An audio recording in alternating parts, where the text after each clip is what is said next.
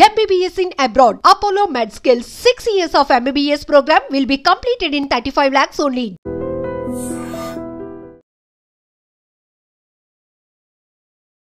నమస్కారం, welcome to I dream. ధర్మ మార్గం విత్ విజిత కార్యక్రమానికి స్వాగతం.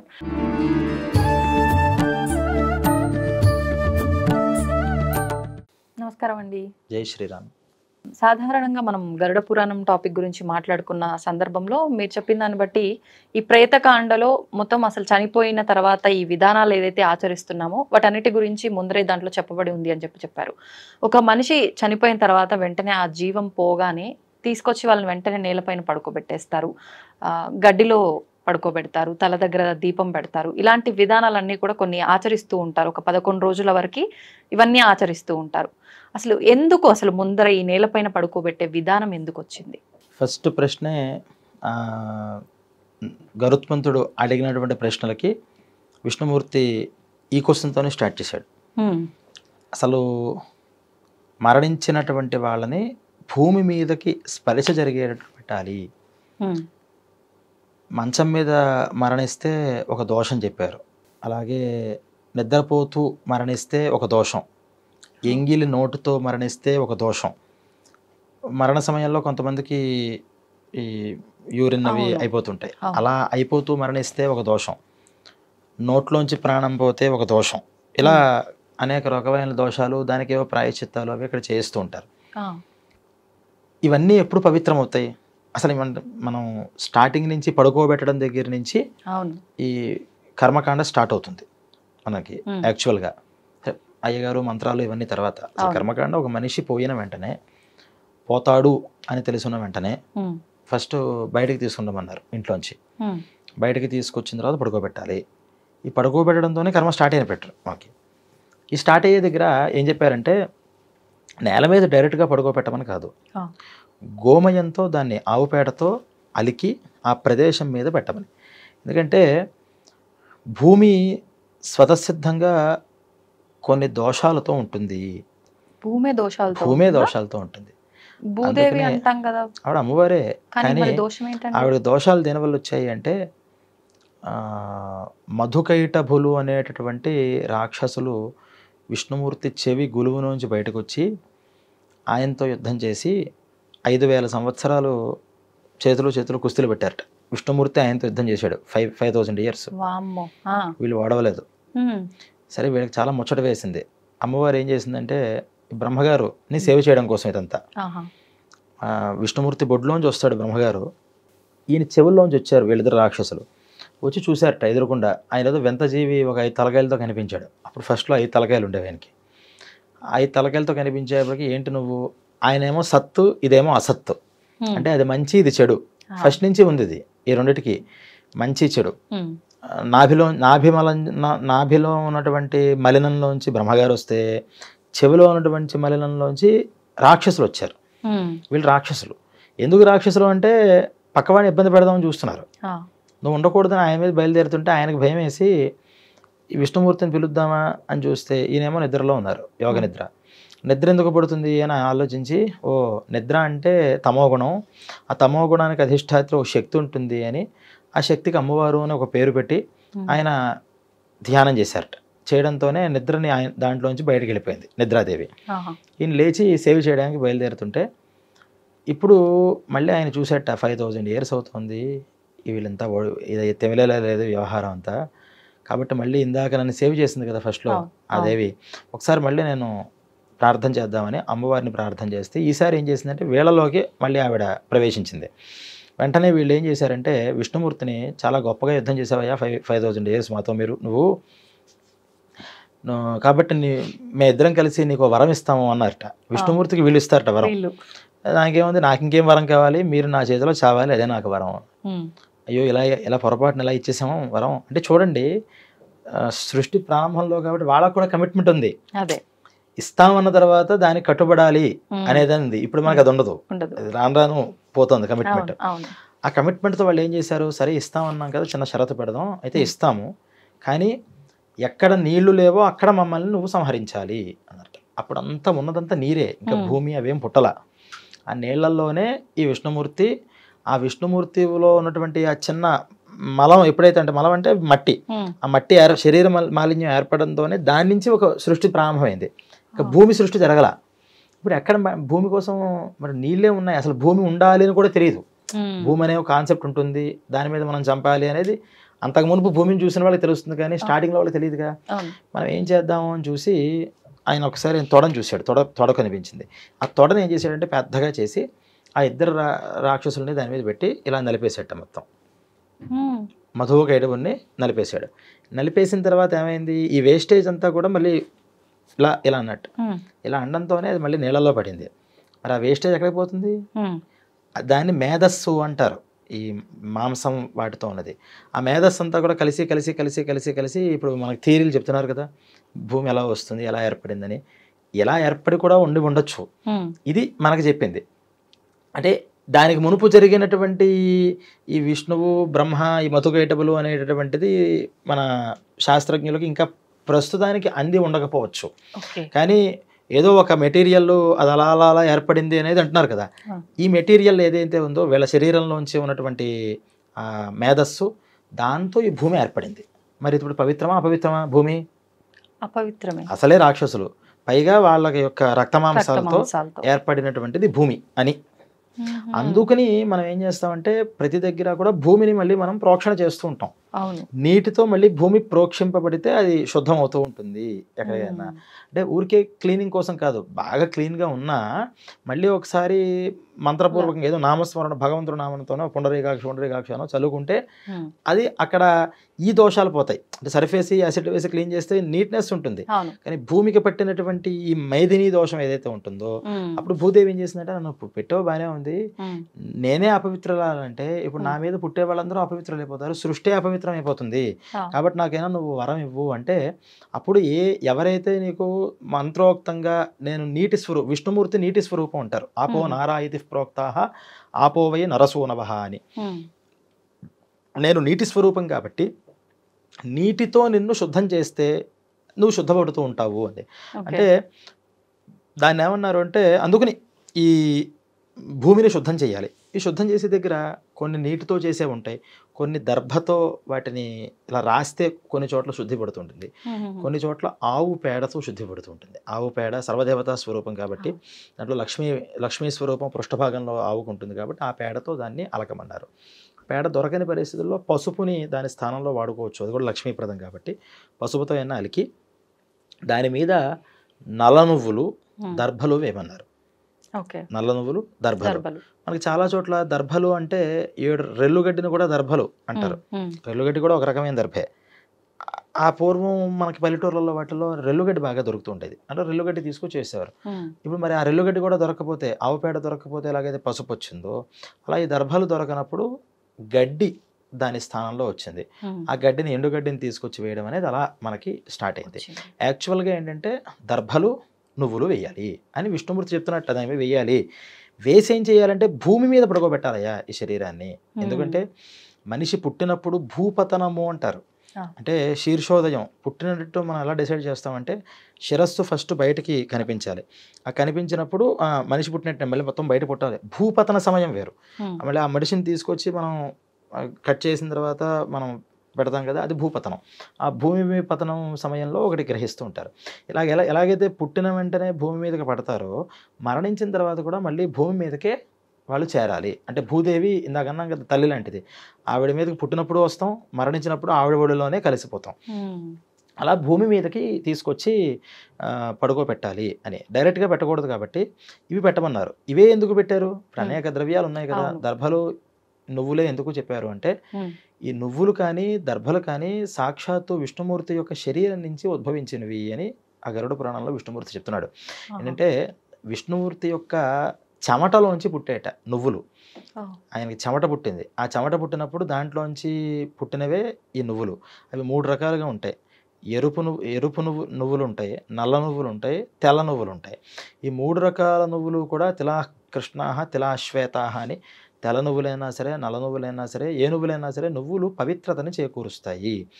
అందుకని విష్ణుమూర్తి సాక్షాత్తు శరీరం నుంచి ఉద్భవించినటువంటి నువ్వులు కాబట్టి అది భూమి మీదకి వేయడం వల్ల భూమికి ఎవరు పతి, భూపతి ఎవరు? మళ్ళీ విష్ణుమూర్తే.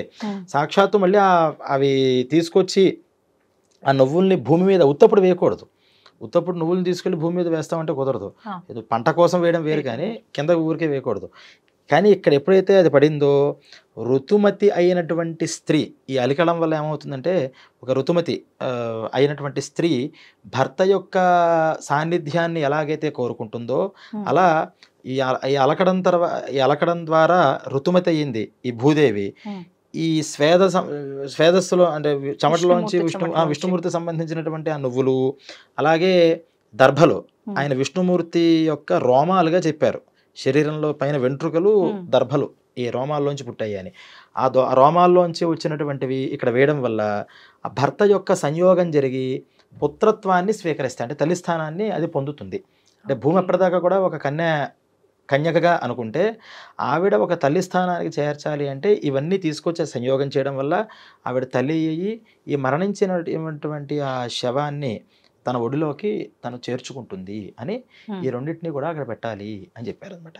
అలాగే దర్భల్లో కూడా కుశమూలే స్థితో బ్రహ్మ కుశమధ్యే జనార్దన కుశాగ్రే శంకరం విద్యాతు త్రయోదేవా కుశే స్థితా అని కుశలో అంటే దర్భలు, ఆ దర్భల యొక్క మూలంలో బ్రహ్మ, మధ్యలో విష్ణువు, అగ్రాల్లో శంకరుడు కూడా ఉంటారు అని అవి వేయడం వల్ల అన్ని దేవతలు, త్రిమూర్తులే కదా అన్నిటికీ మూలం, అన్ని దేవతల మీద వాళ్ళు ఆసాదింపబడతారు.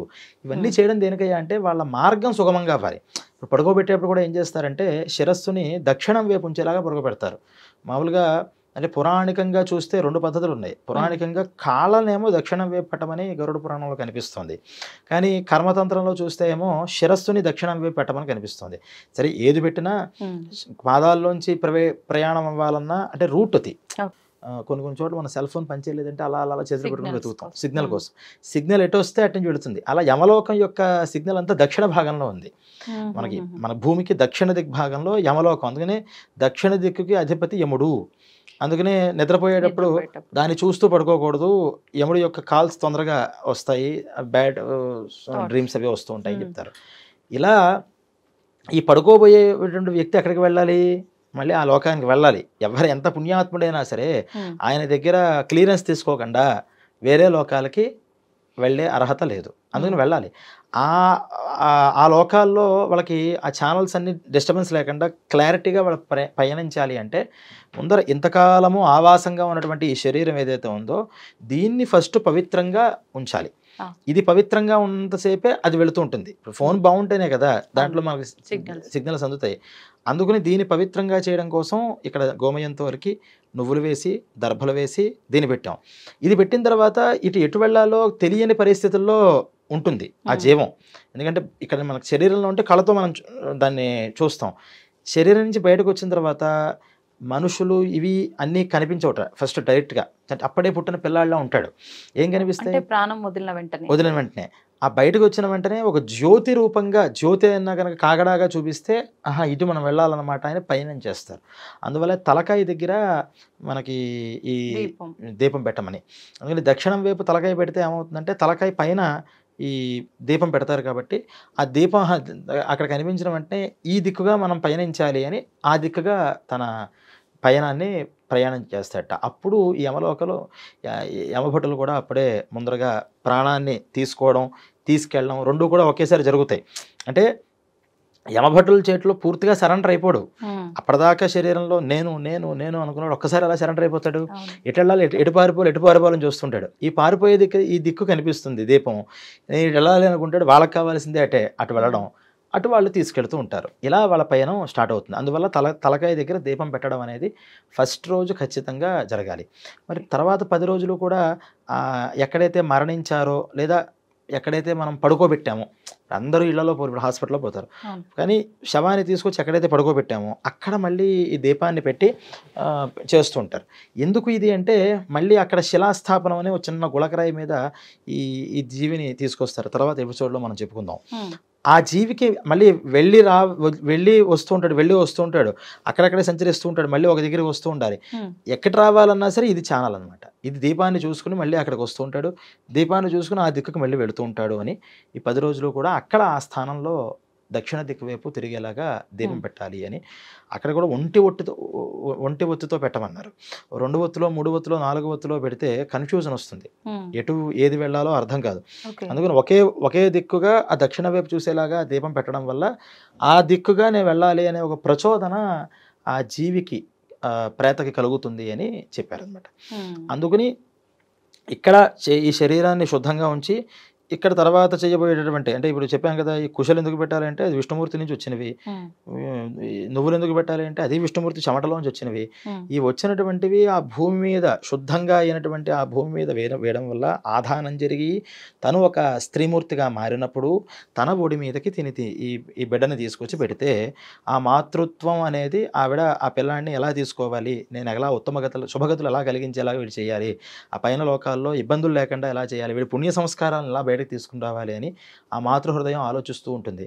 ఎప్పుడైతే తల్లి ఇక్కడ ఆలోచిస్తుందో తండ్రి కూడా దీనికి అనుగుణంగా ఆలోచిస్తాడు అని అలా పడుకోబెట్టమన్నారు. చూసారా, పడుకోబెట్టే దగ్గర నుంచి కూడా మన ఉద్దేశం ఏంటి అంటే వాడికి శుభగతులు కలగాలి. ఇప్పుడు మీరు ఇందాక హాస్పిటల్ అంటే నాకు ఒక ఆలోచన వచ్చింది. అంటే మనం అతను చనిపోతున్న ముందే ఇదంతా కూడా ప్రిపేర్ చేసుకొని, చనిపోయిన తర్వాత వెంటనే ఇదంతా ప్రిపేర్ చేసుకొని ఒక పద్ధతిగా ఇదంతా మొదలు పెట్టాలి. ఇందాక మీరు అన్నట్టు హాస్పిటల్లో మరణించిన వాళ్ళు ఉంటారు, లేదు ఎక్కడైనా యాక్సిడెంట్ అయితే స్పాట్ డెడ్ అయిన వాళ్ళు ఉంటారు. ఇప్పుడు ఇక్కడ వాళ్ళకు ఈ ప్రాసెస్ అంతా కూడా జరగదు. మీరు అన్నట్టుగా ఆ గోమయంతో అలగటం కానివ్వండి, ఈ నువ్వులు, ఈ గడ్డి ఇదంతా అంటే ఇంటికి వచ్చిన తర్వాత వేస్తారేమో, కానీ అప్పటికే వాళ్ళని క్లాత్లో చుట్టేయటము, ఇలా జరిగిన వాళ్ళని ఇవన్నీ ఉంటాయి కదా. మరి ఇప్పుడు వాళ్ళు ఉత్తమ గతి చెందరంటారా? మీకు మరణించిన వెంటనే దీంట్లో 2, ఒకటి మరణించే మునుపుగా బయటకు తీసుకొచ్చి పడుకోబెట్టడం, కొంచెం అంటే జీవం ఉన్నప్పుడే కొన ఊపిరితో ఉంటారు, ప్రాణం పోదు. అప్పటిదాకా మంచం వచ్చిన వాళ్ళు గబుక్కుని తీసుకొచ్చి బాబు ఇంక అయిపోయేలా ఉంది తీసుకునండి, తులసికోట పెట్టండి అని తులసికోట దీపాన్ని సిద్ధం చేసి అక్కడ కూర్చోబెడతారు. ఇలా లేకుండా నిద్రలోనే పోయారు. మనం ఈ హాస్పిటల్ దాకా వెళ్ళక్కల, ఇంట్లోనే నిద్రలో మంచమే పోయారు. అప్పుడేంటి అంటే తెలిసిన వెంటనే తీసుకొచ్చి పెట్టడం, తెలిసిన వెంటనే బయట సిద్ధం చేసుకోవడం. పోయారని తెలిసిన తర్వాత గోమయాన్ని, అవి అందరికీ అందుబాటులో ఉండే వస్తువులేగా, ఎక్కడికో వెళ్ళాల్సింది లేదు, అవి ఏర్పాటు చేసి అక్కడి నుంచి తీసుకొచ్చి పెట్టడం. ఇప్పుడు మీరు అన్నట్టు హాస్పిటల్లోనో లేకపోతే ఎక్కడైనా దూర ప్రాంతాల్లోనో మరణిస్తే అక్కడి నుంచి మనం ఇంట్లో తీసుకొచ్చేదాకా కూడా ఇదే పరిస్థితి ఏర్పాటు చేయాలి. మరి మీరు అడిగిన ప్రశ్న ఏంటి అంటే, ఇక్కడ పోయేటప్పుడే వాళ్ళ యమభట్టులందరూ వచ్చి ఆయా దిక్కుల్ని తీసుకెళ్ళాలి అనుకున్నప్పుడు, ఇప్పుడు ఆ హాస్పిటల్ దగ్గర నుంచి ఇక్కడికి 1 or 2 hours పడుతుంది. ఈ 2 hours ఆ జీవి ఏం చేస్తాడు, అతనికి ఏమీ మార్గాలు కనిపించవు కదా. అందుకనే వాటిని ఏమన్నారంటే దుర్మరణాలు అన్నారు. ఇది సుఖమరణం, అవి దుర్మరణం. అంటే మనకి తెలుసున్న వాళ్ళ ఇంట్లో మనం చూస్తూ ఉండగా అలా ప్రాణాన్ని వదిలేయడం అనేది సుఖమరణంగా చెప్తే, ఇది ఆకస్మిక మరణాలు, దుర్మరణాలు. వీటికి మళ్ళీ అందుకనే అక్కడ ఆయా సమయాల్లో ఏం చేయాలో తెలియక తిరుగుతూ ఉంటాడు కాబట్టి అతన్ని రిలీజ్ చేయడానికి అక్కడ ప్రాయశ్చిత్తాలు చెప్పారు. ప్రతి దుర్మరణానికి కూడా ఒక ప్రాయశ్చిత్తం. హాస్పిటల్లో మరణిస్తే ఒక రకమైన ప్రాయశ్చిత్తం, ఇంట్లో మంచం మీద చెప్పాను కదా, మంచం మీద పరిస్తే ప్రతిదానికి కూడా ప్రాయశ్చిత్త కర్మను ఆచరించడం వల్ల అక్కడ దాకా కన్ఫ్యూజ్ అయినటువంటి జీవి మళ్ళీ ఇది వచ్చిన తర్వాత వెళుతుంది. అందుకనే ఎప్పుడైనా సరే, ఇప్పుడు ఈ రోజుల్లో అమెరికా నుంచి, లండన్ నుంచి కొడుకులు రావాలి, కూతుళ్ళు రావాలి, వాళ్ళెవరో రావాలి అని 3-4 రోజులు ఉంచేస్తున్నారు. కానీ అలా ఉంచకూడదు. సూర్యోదయ సూర్యాస్తమయాలు ఆ శవం మీద పడితే అక్కడ లోకాల్లో వీళ్ళకి చాలా ఇబ్బందులు కలుగుతాయి. నాకు చెప్తే ఎవరికి అర్థం కావట్లా. ఇప్పుడు అవన్నీ వాళ్ళు రావాలి అనుకుంటున్నారు తప్పితే, నువ్వు వచ్చినా రాకపోయినా ఈ శరీరం అనేటటువంటిది వాళ్ళకి ఎలా మంచి కలిగించాలో మనం ఆలోచించాలి. పూర్వం నుంచి కూడా ఎప్పుడు మరణిస్తే అప్పుడు సజ్జస్కాలంలో వెంటనే దహనం చేసేసేవారు. దాన్ని అలా ఉంచకూడదు అని చెప్పారు. ఎందుకు ఉంచకూడదు అంటే ఇలాంటి సమస్యలే వస్తాయి. వాళ్ళు అప్పటిదాకా గజిబిజి గందరగోళం అయిపోతుంది వాళ్ళ పరిస్థితి. ఎక్కడికి వెళ్ళాలో తెలియదు, ఏం చేయాలో తెలియదు. ఈ లోపల ఈ శరీరాన్ని, ఏ శరీరం లేదు కదా, అప్పటిదాకా శరీరం ఉంది, వర్ణనాతీతమైన బాధ. ఒకటి ఇలా ఉంటే మళ్ళీ ఒక 3 రోజులకో 4 రోజులకో ఈ సూర్యోదయ సూర్యాస్తమయాలు పడినప్పుడల్లా వాళ్ళ శరీరం మీద సూర్యమండలంలోకి, అంటే నిప్పుల్లో కాల్చేస్తున్న బాధ కలుగుతుంది వాళ్ళకి. సూర్యోదయ సూర్యాస్తమయాలు శవం మీద పడితే నిప్పుల్లో వాళ్ళు కాలిపోతున్న బాధ. ఆ బాధ నుంచి దాహం వస్తుంది, తాగడానికి ఏమి ఉండదు, విపరీతమైన దాహం వస్తుంది వాళ్ళకి. అందుకనే మామూలుగా దహనం చేస్తున్నప్పుడే వాళ్ళకి ఈ దాహం అయితే వస్తాయని, తాపము, దాహము ఇవన్నీ పోవడానికి ఈ తిలోదకాలు, వాసోదకాలు అని ఇవన్నీ 10 రోజుల కర్మల్లో చేయిస్తూ ఉంటారు. ఇప్పుడు ఒక డౌట్, మీరు హాస్పిటల్లో మరణించినా, మంచం పైన మరణించినా, ఇంకెక్కడ మరణించినా కొంత సమయం ఆలస్యమైనా మొత్తానికైతే మనం తీసుకొచ్చి ఆ ప్రాసెస్ మళ్ళీ చేస్తున్నాము, వాళ్ళకి ఒక మార్గం చూపిస్తున్నాం. అసలు కొన్ని సందర్భాల్లో శవమే దొరకని పరిస్థితులు ఉంటాయి. వాటర్‌లో చనిపోయిన వాళ్ళు అసలు పోయినట్టే ఉంటుంది గానీ తెలియనే తెలీదు. అసలు శవం దొరకదు కొన్నిసార్లు. ఇట్లాంటి సందర్భాల్లో మరి ఇంక వాళ్ళని తీసుకొచ్చి ఇవన్నీ చేసే స్కోప్ మనకుండదు. అప్పుడేం జరుగుతుందంటారు? అప్పుడు దానికి ఏమన్నారంటే అగ్నిదగ్ధం. ఫర్ సపోజ్ అగ్నిలో మొత్తం ఫైర్ యాక్సిడెంట్ అయ్యి మొత్తం కాలిపోయింది, ఏమీ లేదు, అస్థికలు మిగులుతాయిగా, ఆ అస్థికలను తీసుకొచ్చి ఆ అస్థికలకి మళ్ళీ ఇవన్నీ సంస్కారాలు చేయమన్నారు. అంటే ఎక్కడో అక్కడ ఏదో ఒక దాన్ని ఆశ్రయించుకుని ఉంటాడు. శరీరం అంతా కాలిపోయినా లోపల ఉన్న ఎముకల్ని తీసుకొచ్చి మొత్తం మళ్ళీ దహనక్రమం మళ్ళీ చేసి ప్రాసెస్ అంతా స్టార్ట్ చేయమన్నారు. మీరన్నట్టు నీళ్ళల్లో పడిపోయింది, శవం కూడా దొరకలేదు, మనిషి వెళ్ళిపోయాడు, కానీ పోయినట్టు కన్ఫర్మేషన్ అయితే ఉంది, శరీరం అయితే లేదు. అందుకని పొరపాటున ఎక్కడైనా కొట్టుకు రావచ్చు కదా, అందుకని దానికి కూడా కొంత సమయాన్ని 2-3 డేస్ వెతకమన్నారు. 3 డేస్ అయినా సరే ఇంక రాకపోతే మనిషి, అప్పుడేం చెప్పారు అంటే పాలాశ విధి అని ఒకటి చెప్పారు. మోదుగ చెట్లు ఉంటాయి మన తెలంగాణలో, ఆ మోదుగ చెట్లతో శరీరంలో ఒక్కొక్క అవయవం దగ్గర ఇన్నెన్ని మోదుగ కొమ్మల్ని పెట్టి ఒక శరీరం ఆకృతిని తయారు చేసి, ఈ పోయినటువంటి వాళ్ళ యొక్క కొడుకు, ఆ పోయిన వాళ్ళకి తండ్రికి కొడుకుకి ఒక సంబంధం ఉంటుంది కాబట్టి ఆ సంబంధంతో ఆ పోయిన వాళ్ళని దీంట్లోకి ఆవాహన చేయాలి. చేయడం వల్ల ఏమవుతుందంటే శరీరం లేదు కదా కర్మ చేయడానికి, వాళ్ళు అక్కడక్కడ తిరుగుతున్నవాడు ఆయా మంత్ర ప్రభావాల వల్ల ఈ శరీరంలో ఇన్ని ఐటమ్స్తో ఇలా తయారు చేయాలని, మనం ఏదో బొమ్మ తయారు చేస్తే మళ్ళీ సరిపోదు, ఎలా తయారు చేయమని చెప్పారో అలా తయారు చేస్తే ఈ మంత్రం అనేటువంటి ఛానల్తో ఆ పోయిన ప్రేతం మళ్ళీ వచ్చి ఆ బొమ్మలో కూర్చుంటుంది. అప్పుడు మళ్ళీ దహనం అనేది చేయమన్నారు. అప్పుడు చేసినా మళ్ళీ 3 డేస్ అనుభవించాల్సిందే. ఇప్పుడు వాళ్ళ కర్మ అలా లేకపోతే వాళ్ళు ఎందుకు అలాగా ఫైర్ యాక్సిడెంట్లోనో నీళ్ళలో ఎందుకు పోతారు? జలమగ్నులు అగ్నిదగ్ధులు అంటారు వీళ్ళకి. వాళ్ళకి మళ్ళీ చేయాల్సిన ఎక్స్ట్రా కర్మలన్నీ విడిగా ఉంటాయి, స్పెషల్ కర్మలు, స్పెషల్ కేసెస్ అవన్నీ కూడా. వాళ్ళకి మనం మామూలుగా తద్దినాలు పెట్టినప్పుడు కూడా అగ్నిదగ్ధులకి సపరేట్గా మళ్ళీ చేస్తారు, జలమగ్నులకి మళ్ళీ సపరేట్గా చేస్తూ ఉంటారు. అంటే వాళ్ళ కర్మ అలా ఉంది కాబట్టి అలా పోయారు. అలా కొంతకాలం 3 or 4 డేస్ వాళ్ళు అనుభవించాల్సిందే. అనుభవించిన తర్వాత మళ్ళీ కొడుకు ఈ 3 డేస్ ఎందుకు చెప్పారు అంటే మళ్ళీ శవం దొరికితే, ఇప్పుడు తీరా ఇంత చేశాడు పోయిన వెంటనే, తర్వాత శరం దొరికింది, మళ్ళీ దాని ఏం చేయాలో అర్థం కాదు తీరా ఇదంతా చేసిన తర్వాత. అందుకని ఈ కన్ఫ్యూజన్ లేకుండా 3 డేస్ నువ్వు వెతుకు, ఫస్ట్ లేదని కన్ఫర్మేషన్ వచ్చిన తర్వాత అప్పుడు చెయ్యి. ఈ లోపల వాళ్ళు అనుభవిస్తారు, తప్పదు, అది వాళ్ళ కర్మ. ఆ కర్మను పోగొట్టడమే నీ బాధ్యత కాబట్టి ఎక్కడి నుంచి ఏం చెప్పారో అదంతా మళ్ళీ చేసుకుంటూ సేమ్ ప్రాసెస్గా వెళ్ళమన్నారు. తప్పితే ఏది మనకు శవం దొరకలేదు అని చేతులెత్తి దండం పెట్టేదంటూ కాన్సెప్ట్ లేదండి. మొత్తం ప్రతి దగ్గర ప్రతి దానికి ఒక సమాధానం, ఒక ప్రశ్న. అలా పద్ధతిగా జరుగుతున్నాయంటారా అన్ని సందర్భాల్లో? అంటే అన్ని సందర్భాల్లో అంటే చేసేవాళ్ళు ఉన్నారు. ఇప్పుడు అందరూ రూల్స్ ఫాలో అవుతున్నారంటే దాని మీద ఇంట్రెస్ట్ ఉన్న వాళ్ళు ఫాలో అవుతారు. ఏ రూల్ అయినా అంతే. అందరూ ట్యాక్స్ పేయర్స్ ఉన్నారా మొత్తం ఇండియా అంతా? కట్టాలనుకున్నట్టు కడతాడు, కడితే మాకు బెనిఫిట్ ఉందనుకుంటే కొంతమంది కడతారు, కొంతమంది భారతీయుల్లా కడతారు, కొంతమంది మ్యాక్సిమం పీపుల్ ఎందుకు ఏం చేస్తారు, దాన్ని ఎలాగ మనం స్కిప్ చేయొచ్చు అని చూస్తుంటారు. కలికాలం కాబట్టి అంటే వాళ్ళ కర్మలు కూడా డిపెండ్ అయి ఉంటాయి కదా. ఇప్పుడు నేను ఇందాక మీకు ఒక సందర్భం చెప్పాను, తండ్రి గారు యొక్క మాట మేరకు కర్మలు చేయకుండా ఉండే పరిస్థితుల్లో ఇప్పుడు వాళ్ళ కర్మ ఏముంటుంది, నువ్వు ఇలా అనుభవించాలని ఉంది కాబట్టి కొడుకు దగ్గర మాట తీసుకున్నాడు, ఇలా కర్మలు చేయకూడదు అంటే వాళ్ళ కర్మలు కూడా ఉంటాయి. కానీ వాళ్ళ కర్మలు మన మీద ఉన్న మన కర్మ మన మీద పడకుండా చూసుకోవాలి. కొడుకు నాకు చేయొద్దని చెప్పాడు కదా ఈ కర్మ, కాబట్టి నేను పితృవాక్య పరిపాలకుడిని అనుకుంటామా, లేదా ధర్మం చేయమంటుంది కాబట్టి చేయాలి అనుకుంటామా? అవి ధర్మ సంశయాలు. అలాంటి సమయాల్లో వాటిని ధర్మ సందేహాలు అంటే వాస్తవానికి అవి. ఇప్పుడు తండ్రి మాటకి ఇవ్వాలి, తండ్రి చెప్తే వినాలి, రాముడిదే కదా మనకు ఆదర్శం. తండ్రి ఏమో నువ్వు నా కర్మ చేయకూడదు అన్నాడు, మరి శాస్త్రం ఏముంటుంది, కర్మ లేకపోతే అధోగతి అయిపోతావురా బాబు, చేయమంటుంది. ఈ రెండిట్లో ఏది బలం అంటే తండ్రికి ఆశ, తండ్రి యొక్క ఆశ ఏంటి, చేయకుండా ఉండాలి నాకు అని. ఆశ గొప్పదా ధర్మం గొప్పదా అంటే ధర్మమే గొప్పది. తండ్రి ఆశ అలా ఉన్నా ధర్మం ఇలా చెప్పబడింది కాబట్టి ఇలా చెయ్యాలి. ఉదాహరణ ఏంటి, ఆఖరి కోరిక ఖచ్చితంగా నెరవేర్చాలి. అదే అంటున్నా, ఈ ఆఖరి కోరికలే ఆశ. ఆశ గొప్పదా ధర్మం గొప్పదా అంటే ధర్మమే గొప్పది.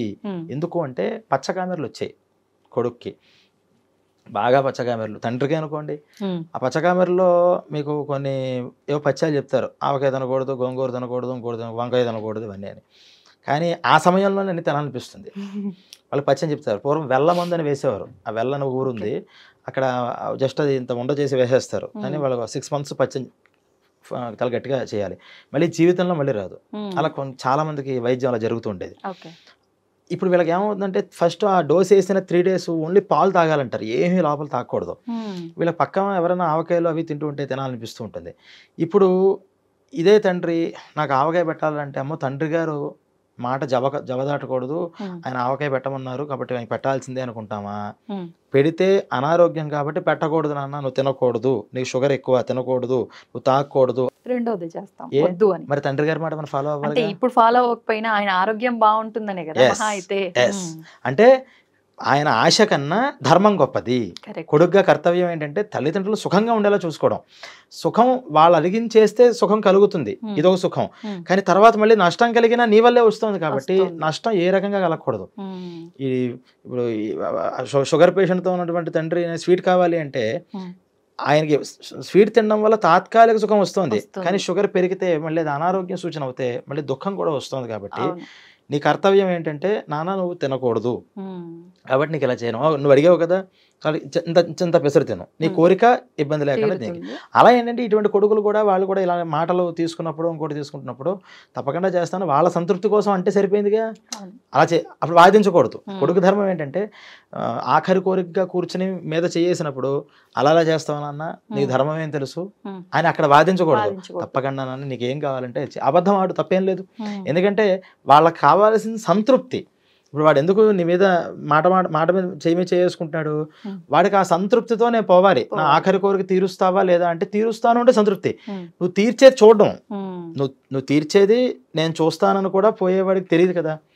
నేను వెళ్ళిన తర్వాత నేను పైన పలానా లోకం నుంచి ఇక్కడ చూస్తూ ఉంటాను, నాకు ఇలాగా ఇక్కడ నాకు విజన్ కనిపిస్తుంది అని ఎవడో అనుకోడు. వాడికి ఏం కావాలి ఆ సమయంలో, నేను ఒక మాటని కోరుతున్నాను, నువ్వు నాకు ఆ మాట ఇస్తే నాకు ధైర్యం, మాట ఇచ్చే ఆ ధైర్యం అక్కడితో అయిపోయింది. కానీ తర్వాత అది ధర్మమా అని చూసి ఇప్పుడు నువ్వు చేసే పని వల్ల నువ్వు ఇబ్బంది పడినా పర్వాలా. తండ్రికి ఇచ్చిన మాట వల్ల నాకు ఇబ్బంది కలుగుతోందండి, ఇప్పుడు తండ్రి గారు అరే చెరవ సగం తీసుకోవడం పంచాలరా, కానీ మీ తమ్ముడు నీకన్నా బాగా పూర్గా ఉన్నాడు కాబట్టి తమ్ముడికి 80% ఇద్దాం అనుకున్నాను, నీకు 20% ఇద్దాం అనుకున్నాను అనుకో. లాస్ట్ విషయం అడిగాడు, తీర్చరా? అస్సలు ఒప్పుకునేదే లేదు. మరి తండ్రి విషయం కదా, తీర్చాలి కదా. అంటే ఆస్తుల దగ్గర మన ఇష్టం, కానీ ధర్మం దగ్గర ఏముంటుంది, ధర్మం దగ్గర తీర్చు, అలాగేనా దానికి ఓకే అను. ఇప్పుడు ఎలా తీరుస్తావు అని గొడవలు పడకు. ఆయనకు కావాల్సింది అంటే నువ్వు ఓకే అంటే చాలా ఆయనకి సంతృప్తి. నా కొడుకు నన్ను ఓకే అన్నాడు, కానీ ఆత్మశాంతి ఉండదు అంటారు కదా. ఇదేనంటున్నా. ఇప్పుడు ఓకే అన్న తర్వాత ఇప్పుడు ఈ తండ్రికి ఇచ్చే మాట 80% 20% ఇవ్వడం వల్ల నష్టం తండ్రిగా నీకా? ఈయనకే కదా. నాకు నష్టం అయినా పర్వాలేదు, తండ్రికి నష్టం అయితే మాత్రం ఆ పని నేను చేయను. అది ధర్మం అంటే. నాకు నష్టం అదేంటంటే అంత తండ్రిలు అనుకున్నాడు, పితృవాక్య పరిపాలన అంటే అదే. మరి లాస్ట్ విష్ వాళ్ళు అది ఫుల్ఫిల్ చేయడం అంటే అర్థం ఏంటంటే తమ్ముడికి 80% ఇచ్చేసేసే, నువ్వు 20 తీసుకో, బాధపడితే నేను బాధపడతా, నా కొడుకు బాధపడతారు తప్పితే తండ్రికి బాధ కలగదు. కానీ ఇందాక నేను చెప్పినటువంటిది నాకు లాస్ట్ విష్ నువ్వు ఇవ్వాలి, నాకు ప్రామిస్ చెయ్యి, నాకు నువ్వు కర్మకాండ చేయకూడదు అని కనుకంటే దానివల్ల బాధపడేది ఎవరు? కర్మకాండ చేయకపోతే పోయిన వాళ్ళు బాధపడతారు. వీళ్ళు ఎలాగో బాధపడతారు చేయకపోవడం వల్ల, వీళ్ళతో పాటుగా పోయిన వాళ్ళు కూడా బాధపడతారు. కాబట్టి మన ఇంటెన్షన్ వాళ్ళు బాధపడకుండా ఉండడం. అప్పుడు ఈ మాటని అంటే తండ్రికి ఇచ్చిన మాట దాటినా తప్పులేదు.